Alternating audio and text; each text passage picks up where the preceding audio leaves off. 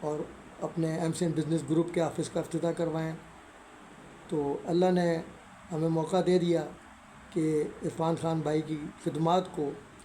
جن کو ہم نے خطاب دیا تھا جب شہادت ہوئی ان کی، شہید محنت کش عاشق رسول صلی اللہ علیہ وسلم محمد عرفان خان،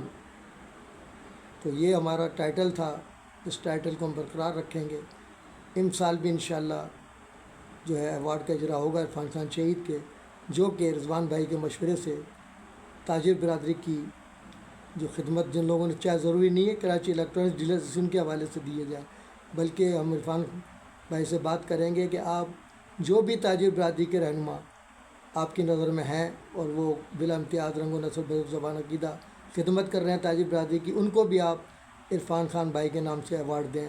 تاکہ عرفان خان بھائی کی خدمات ہر طبقہ فکر میں پہنچے، اور ایسے ہی اور لوگ پیدا ہوں جو پیٹھ پہ گولی نہ کھائیں، بلکہ وہ ٹارگٹ کلنگ تھی جو اس لوگوں نے کہا کہ وہ ڈکیتی تھی، وہ ٹارگٹ کلنگ تھی، کیونکہ وہ حق و سچ کی آواز کو دبانا چاہتے تھے۔ لیکن آج کراچی الیکٹرانک ڈیلرز محمد عرفان خان بھائی کی قیادت میں بہت مضبوط ہے، اور انشاءاللہ تعالیٰ اب کے جب الیکشن ہوگا، پہلے بھی ہم نے حمایت کی تھی عرفان بھائی کے دور میں بھی، اور انشاءاللہ تعالیٰ ہم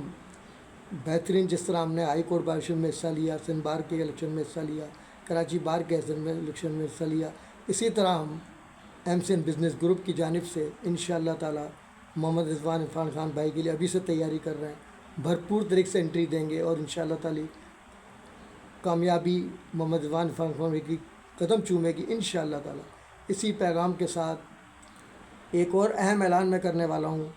کہ آپ کو پتہ ہے کہ شفقت عباسی صاحب نے اپنے پیر پر خود کلاڑا چلایا، ہم سے لا تعلقی کا اعلان کیا، حالانکہ ان کی انجمن سے میرا کوئی واسطہ نہیں تھا۔ وہ کس بات کا مجھے لا تعلقی کا اعلان کر رہے ہیں؟ 25 سال تک ٹیشو پیپر کے سمجھ کے استعمال کیا۔ آج بھی ان کی انجمن میری تقریباً 5,500 روپے کی قرض دار ہے، جو میں نے آج تک نہیں مانگا۔ میری عادت نہیں ہے نا مانگنے کی، کام کر کے دے دیا بھائی، آپ کو توفیق ہونی چاہیے نا۔ مجھے کراچی ڈویژن کے صدر تھے پہلے، ایوب عباسی نام تھا ان کا بھی، وہ UC چیئرمین بن گئے، آج تک انہوں نے یہ گوارا نہیں کیا اتنا تاریخی پروگرام، ایوارڈ، پینا فلیکس بنائے تھے، بلکہ شفقت صاحب نے تو اور ڈیمانڈ کی تھی،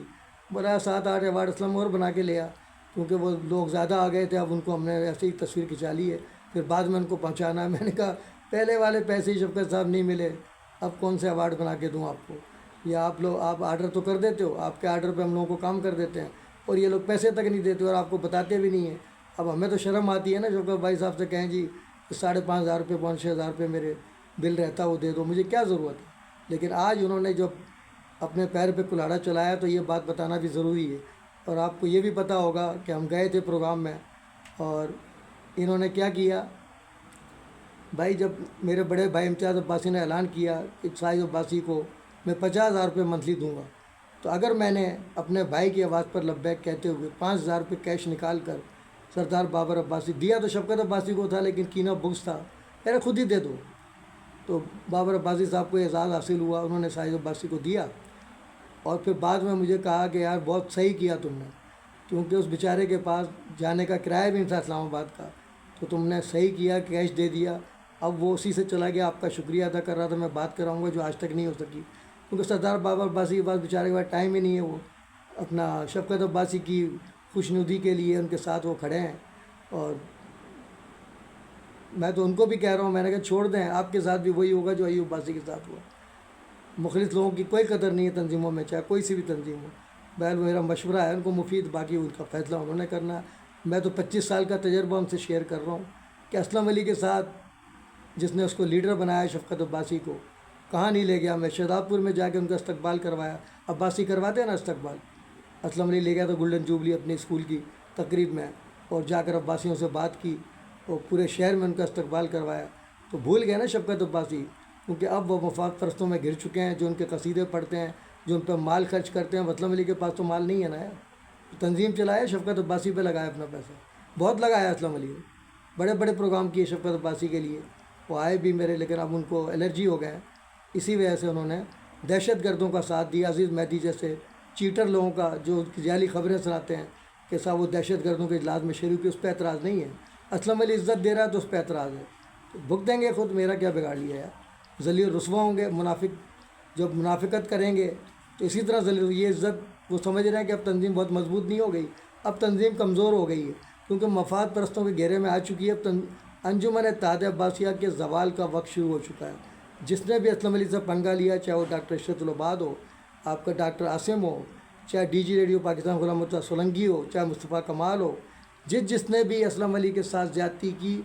میں تو اس کو بد دعا بھی نہیں دیتا، اس کی ہدایت کی دعا کرتا ہوں، لیکن اللہ تعالیٰ پتہ نہیں کیوں ناراض ہو جاتا ہے ان لوگوں سے، ان کو ذلیل رسوا کر دیتا۔ ابھی تازہ مثال آپ کے سامنے مصطفیٰ کمال کی ہے کہ جیسے ہی مجھے گرفتار کروایا، جھوٹی ایف آئی آر کٹوائی، اور ڈی جی رینجر کو دیکھ لو نا، شمریز اس کو ہم ایوارڈ دینا چاہتے تھے،